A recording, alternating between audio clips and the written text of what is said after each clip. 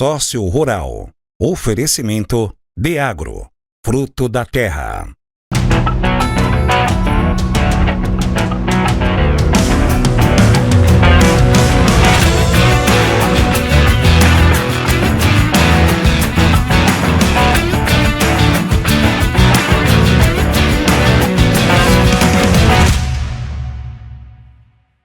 Começando mais um Sócio Rural, oferecimento Deagro, fruto da terra. Hoje com o Lucas Lourenço, produtor de laranja aí de São Miguel, vai contar a sua história bem bacana, bem legal, diferenciada.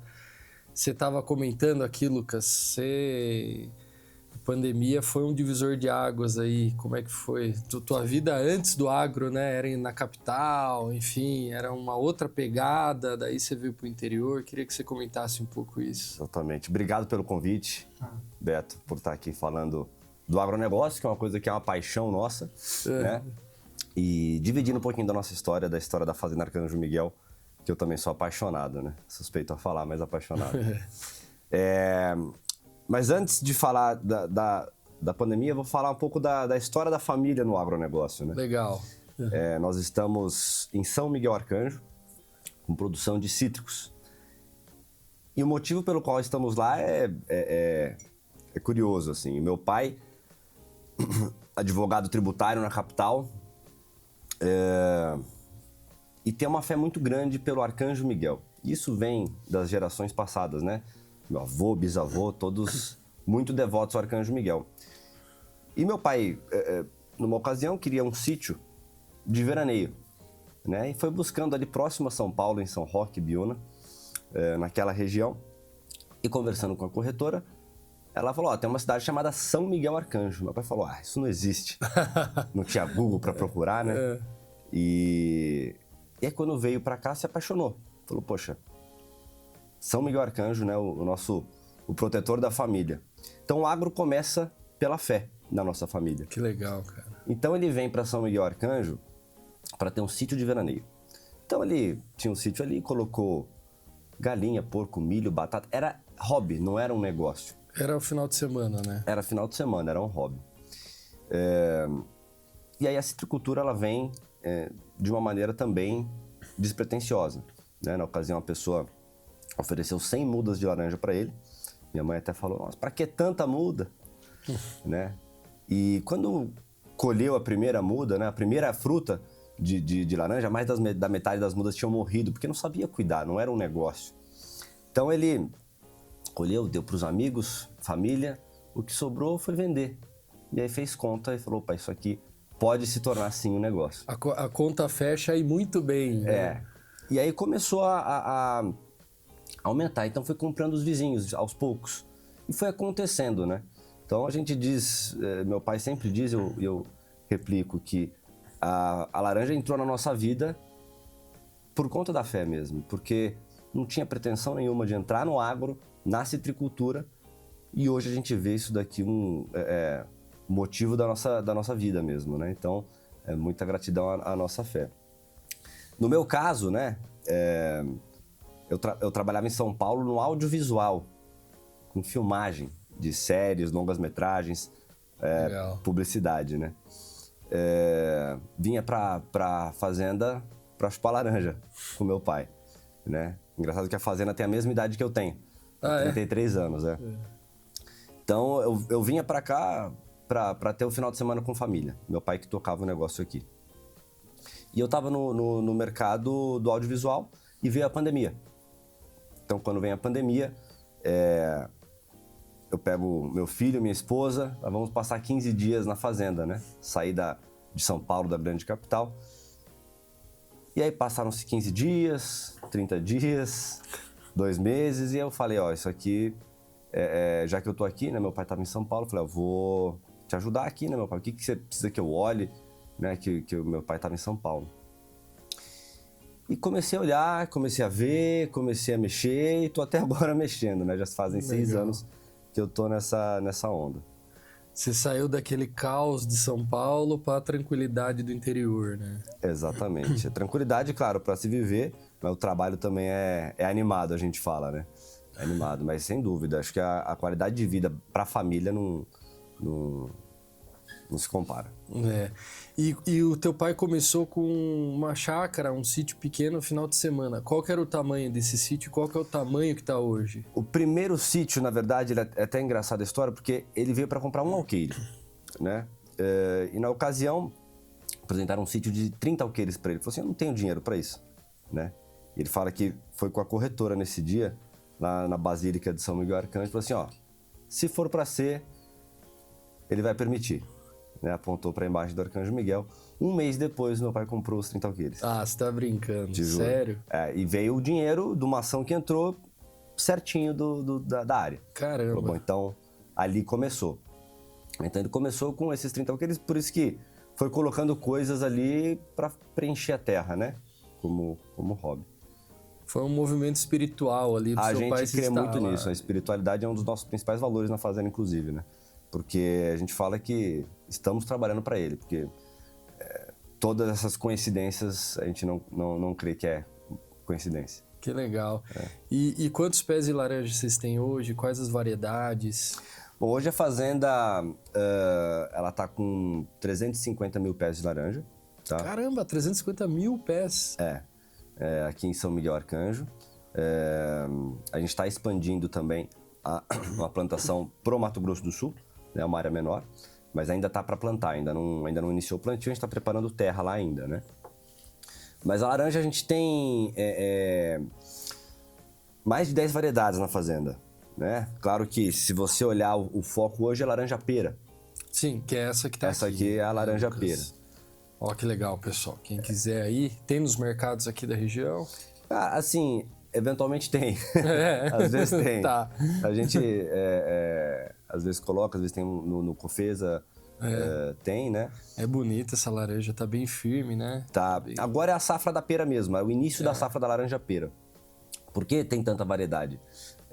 Porque a gente conhece a laranja pera, a laranja lima e a laranja Bahia, Sim, certo? sim. Só que tem várias outras variedades. Então você pega, por exemplo, no grupo da laranja pera, tá? Tem a laranja rubi, a laranja vestim, que são laranjas precoces, tem uma característica um pouco diferente de casca, mas o sabor é bem parecido. Nós vendemos para o mercado e o mercado coloca na gôndola como pera. Ah, tá. Entendeu? Entendi. Aí entra a laranja pera e depois entra as laranjas tardias, que tem a Valência, Natal, Folha Murcha, Charmute. São outras variedades que o consumidor final não tem muito conhecimento. Porque vende como laranja pera mesmo. Caramba, e é uma laranja que é tradicionalmente usada para suco, né? Normalmente Perfeito. a laranja pera, né? O pessoal usa. Então essas variações, elas também são boas para suco, no final das contas, sim. né? A laranja lima já não entra nessa questão de suco, né? O pessoal já... Até entra, depende para quem, né? Porque a laranja lima tanto é que a gente tem o licenciamento da patrulha canina, né? É focado para criança. Que legal. Olha lá, ó. Essa laranja lima. Ó, a criançada deve ficar louca, né? Quando vê. Essa é a ideia. Essa é a ideia. Mas é foco muito de criança. Tem pessoas de mais idade também que gostam muito da laranja lima. E a laranja Bahia, que também nós produzimos, nós plantamos. Que é para o consumo mesmo, né? Da fruta de mesa que fala. Que é uma laranja maior, né? Isso, não tem semente. Então a gente tem mais de 10 variedades. E tem as tangerinas também, né? A gente plantou agora a Olé, que é uma murcote, né? É um tipo de murcote, de tangerina murcote. Temos a montenegrina também. Nós tínhamos muita poncã ali, mas tivemos que erradicar por conta de uma doença que é a doença que é o nosso pesadelo, que é o greening. Ah, sim. Que é o grande desafio, né? O desafio. Cítricos no Brasil é o greening, né? Porque não tem o que fazer, né? Não tem. E a poncã é o que mais puxa, né? A poncã, ela por algum motivo genético dela, é o que mais puxa a doença, né? Então a gente teve que erradicar para não avançar mais a doença dentro da fazenda. Ah, entendi. Cara, que legal, hein? Olha, pra criançada aí, tem mais de um personagem. Nós temos três. A laranja pera. Que é a laranja pera, né? Da patrulha, a laranja lima. E temos o limão Tahiti também, da patrulha canina, mas sai muito pouco, porque o limão Tahiti não é pra criança, né? Então. A gente tem, mas o nosso carro-chefe é a pera e a lima da patrulha canina. A gente não vende só em pacotes assim, tá? O nosso principal negócio é a venda da fruta em caixa para colocar na gôndola do supermercado. Sim. Além da fruta solta, né? Nós também temos os pacotes. Que legal. Que é uma linha bem interessante. E onde que é a distribuição do teu produto hoje? Quais municípios você está presente? A gente está presente no estado de São Paulo, Rio de Janeiro, Minas Gerais e Paraná, principalmente. Tá? Nosso principal negócio é colocar a fruta nas grandes redes de supermercado, né? Então, nós temos clientes médios e grandes e também temos alguns pequenos clientes porque temos um box no CEAGESP de São Paulo. Então, a gente acaba distribuindo essa fruta para toda a cadeia de redes de supermercado, né? Dos pequenos aos grandes. E Lucas, produzir fruta de vinda de árvore assim, é um desafio, né? Porque você investe um tempo até ela produzir. Diferente de uma safra, né? Que o pessoal produz aí em alguns meses. Exato. Assim, você planta a gente fala que a gente tem que ter muita fé mesmo. Porque você planta uma muda hoje no chão, né? Você investe muito dinheiro e tempo nessa muda para que depois de 3 anos ela comece a dar os primeiros frutos dela. Sim. E você tem que contar que o clima esteja tudo certo, que o mercado esteja competitivo naquela época, né? Porque se não tiver, demora mais um ano para você conseguir iniciar esse projeto, né? Então é um trabalho de persistência, né? É um trabalho perene mesmo. Cultura perene, de longo prazo, né? Não tem nada que você faça de um ano para o outro. E se não der certo, quer dizer, é muito custoso você retirar uma árvore para você botar uma outra cultura, né? Então é um investimento a longo prazo. E uma árvore, apesar disso, ela vai durar muito tempo produzindo também, né? Exatamente. Assim, nós temos árvores na fazenda hoje com quase 30 anos de idade. 30 anos produzindo? Na verdade, o auge de produção de uma laranjeira é dos 7 aos 14 anos, 15 anos, né? Que é o auge quando ela vai dar uma fruta bonita, vai dar uma alta produtividade. Mas dos 15 em diante, se você fizer um manejo bem feito de poda, de adubação, né? Para alimentar o solo legal e um manejo interessante, a fruta ela consegue... a árvore consegue ser mais longeva. E qual que é o segredo para você manter ela mais tempo, né? Tem todo esse processo de adubação, mas tem alguma coisa a mais? O que é feito além da poda? O manejo é que assim, a gente fala o agro hoje, você não pode ter margem de erro, acho que para nenhuma cultura. Vocês que acompanham o pessoal, assim, são momentos de desafio no setor mesmo. Né? Então você não tem margem para erro, né? De gestão, de manejo, de comercialização também. Então você tem que ser muito focado em acertar, né? Então quando a gente fala de levar uma árvore mais para frente, claro que a gente tem que fazer tudo que a gente pode, mas nem tudo está na nossa mão, né? Como o greening, por exemplo, que é a principal doença do setor. Se você estiver numa região onde está avançada essa doença, nem pomar você consegue ter. Então, agora, o que a gente faz? É o manejo mesmo, né? O principal manejo hoje da citricultura é a guerra contra o psilídeo. O psilídeo, ele é o inseto vetor que transmite o greening. Então, ele pica uma árvore doente, é igual a dengue. Pica uma árvore doente, se vai picar uma outra árvore que está sadia, acaba transmitindo a doença.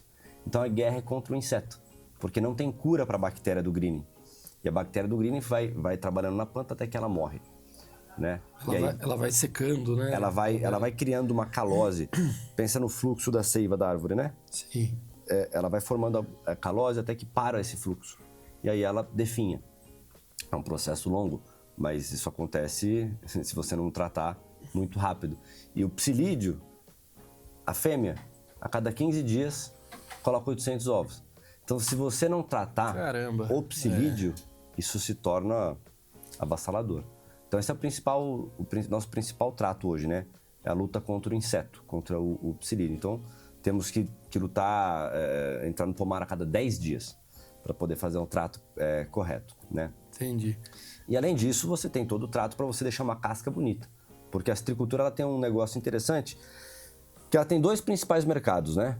Que é a indústria, que faz suco, e o mercado de mesa, que é o que a gente atua. A indústria do suco no país, hoje tem pouquíssimas empresas, né? Conta assim em uma mão, é responsável por 80% do suco do planeta. Caramba. Suco de laranja. É.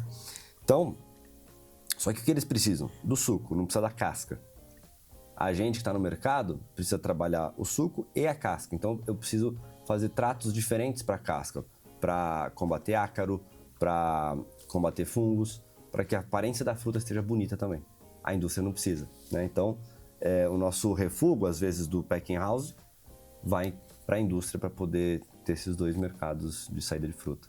Falando em packing house, você tem uma estrutura ali para Sim. beneficiamento da fruta, limpeza, tudo? Temos. A gente tem um packing house lá, meu pai começou em 2008 o packing house, né? Que ele percebeu que o mercado, além da indústria de sucos, também tinha um mercado de mesa.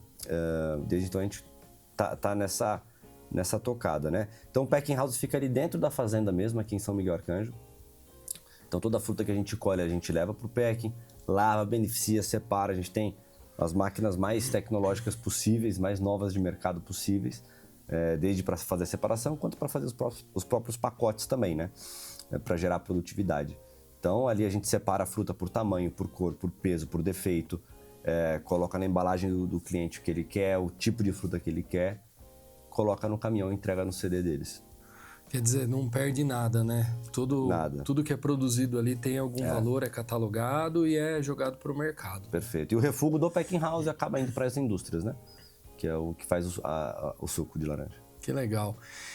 Lucas, eu queria entender um pouquinho melhor essa qualidade de solo, do cítrico, se tem alguma coisa específica que é usado, como que precisa ser essa produção. Né? Olha, o solo do cítrico, como é uma cultura perene, a gente tem que cuidar dele de uma maneira muito próxima, né? Então a gente faz uma amostra de solo por ano muito bem feita, com profundidade de 20 centímetros e 40 centímetros, né? Mapeada, leva para laboratório e a gente vê tudo que pede o solo, né? Sem deficiência, principalmente o NPK, né? Qual a deficiência, se precisa fazer correção com gesso ou com calcário.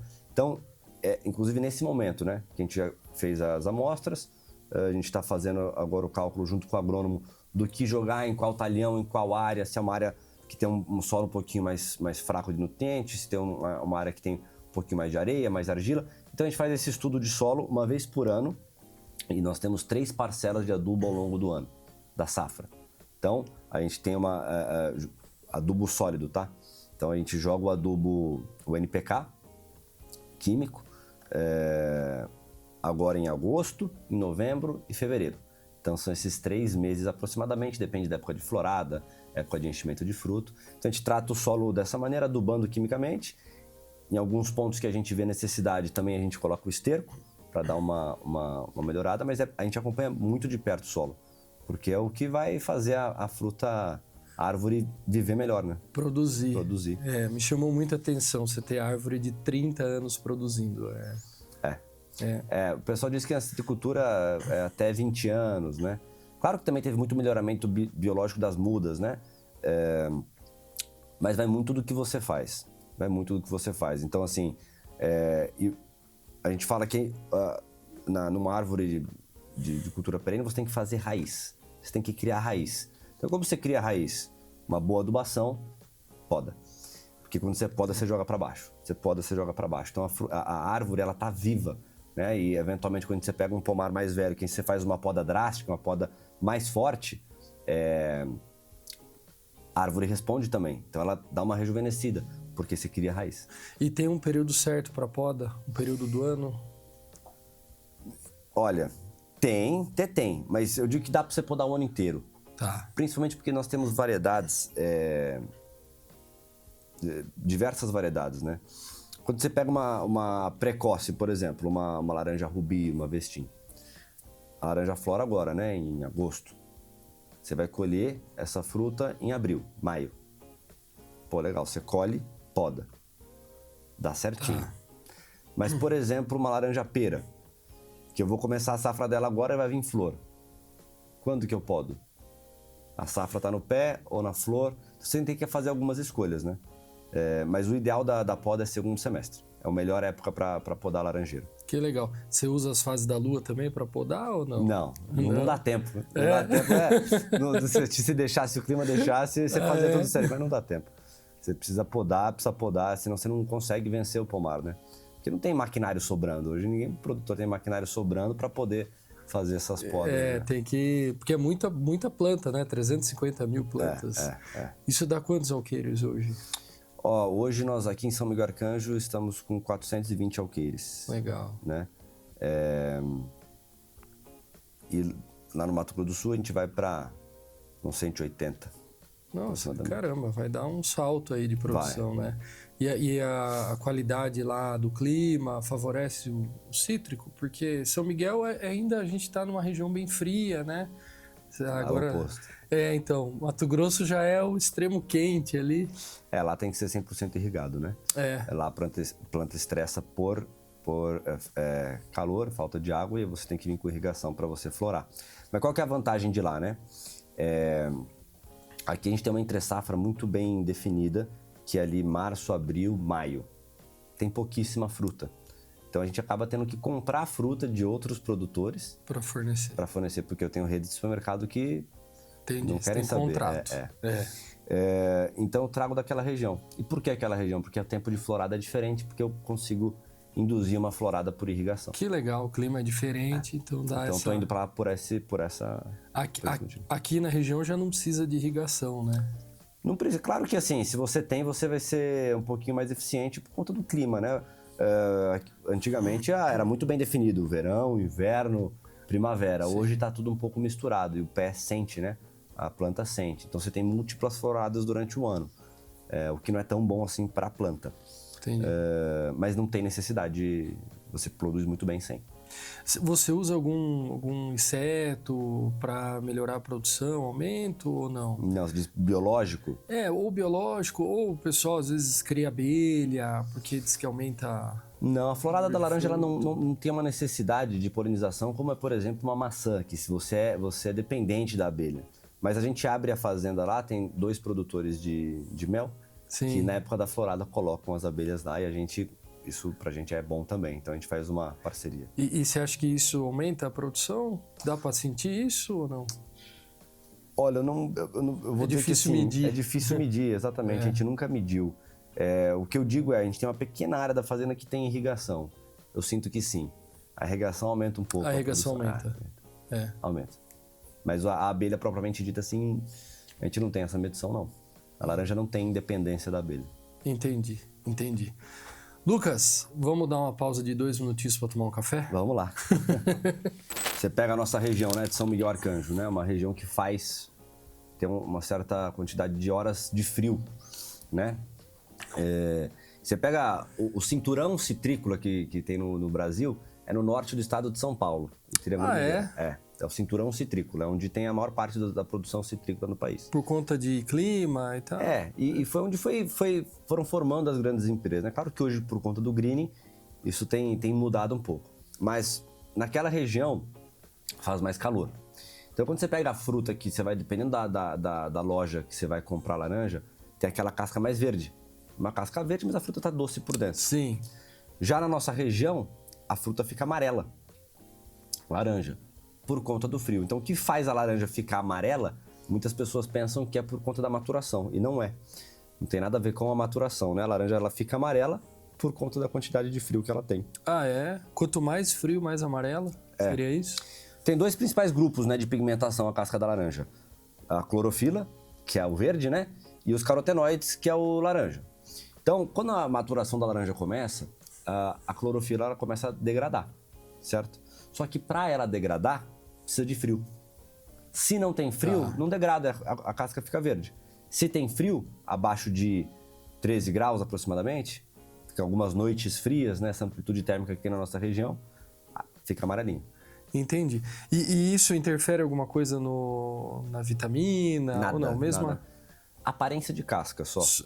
Só. Mas é até engraçado porque tem alguns clientes que querem a fruta de casca verde. Porque acha que a fruta amarela vai virar mais rápido na banca, tem menos tempo de prateleira. Não tem nada a ver. Não tem nada a ver, porque é a mesma variedade, mesma fruta, e às vezes a amarela aguenta mais tempo do que a verde. Então não tem... E a laranja não amadurece, né? Ela não continua amadurecendo. Você tira ela do pé, ela para, Sim. né? Ela não é uma fruta... Tem 2 grupos, né? O climatérico e o não climatérico. Você já ouviu falar nisso, Sim. mas os climatéricos, eles continuam amadurecendo depois de colhido. Uma banana, um abacate, né? A laranja não, ela é não climatérica. Você colhe, ela não amadurece mais. Não fica mais saborosa, não muda Legal. nada. Ô, Lucas, e como é que é o desafio da mão de obra? Porque a laranja é uma colheita manual, né? 100% manual. Eu acho que o desafio está para todos, né? Na mão de obra. Mas a citricultura, ela é uma cultura, uma das culturas que mais empregam por hectare, né? Porque é principalmente por conta da colheita, tá? Ela é 100% manual. Então, precisa dos colhedores para poder colher essa fruta para levá-la para o nosso packing house. Tem um desafio enorme, né? Mas a gente tenta prezar muito pela satisfação dos nossos colaboradores lá, né? A gente fala que toda empresa, né? Não tem como você não gerir as pessoas. É gestão de pessoas, 100%, né? Então, qualquer empresa hoje, no agro, que antigamente era uma coisa mais informal, é o produtor ali, acabou, já não é mais. É um grupo de pessoas que está fazendo, né?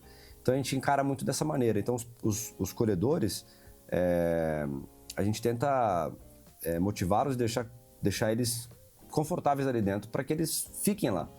Tenham longevidade no trabalho lá com a gente, porque se você não olhar por esse lado, vai pulando de galho em galho, e aí você fica sem mão de obra. Um colhedor bom, vamos colocar que ele colha 100 caixas por dia, caixinhas. Imagina se 5 colhedores faltam. 500 caixinhas a menos é um caminhão. Entendeu? Então você fala, cara, e falta, né? Falta, isso não é um paraíso. Então quem estiver procurando uma oportunidade aí de trabalho, pode procurar. Sem dúvida. Acho que não só para colheita, mas também no nosso packing house ali, né? A gente sempre precisa de pessoas com vontade, né? De fazer parte do grupo, no administrativo ali também. Então a gente está sempre buscando pessoas mesmo, oportunidades, né? Buscando talentos, que a gente fala. Que legal, a oportunidade tá aí, pessoal. Quem precisar de emprego aí pode procurar. Fazenda Arcanjo Miguel. Isso. Lucas, e eu queria entender um pouco, foi muito legal vocês terem vindo para São Miguel, né? Tem toda essa devoção de vocês e tal. E São Miguel tá passando por uma fase que vai dar um salto aí no turismo, né? Com a estátua. Como é que vocês enxergam isso? Isso vai impactar vocês de alguma forma? Olha, eu vejo com bons olhos. Eu acho que você pode olhar de diversas maneiras, né? Porque vai ter mais competição de mão de obra, porque o turismo vai crescer, mas ao mesmo tempo vai entrar investimento na cidade, sabe? Eu acho que a cidade ela vai crescer, a cidade ela vai dar um salto mesmo, né? Então eu acho que isso é bom para a cidade. Eu vejo com bons olhos esse crescimento. E, claro, o crescimento vai ser pelo turismo religioso no nosso grande protetor, que é o Arcanjo Miguel. Então, só coisa boa. Tá em casa. Né? Eu quero te agradecer. A gente vai encerrar o nosso bate-papo aqui. Eu que agradeço bastante. Obrigado pelo convite, por bater um papo aí, poder falar um pouquinho desse setor que é a citricultura que a gente tanto ama. Um pouquinho da nossa história, né? Da Fazenda Arcanjo Miguel, que está diretamente ligada à nossa devoção, e apresentar nosso produto aí para a turma. Legal, muito bom. Finalizando o Sócio Rural, oferecimento de agro, fruto da terra.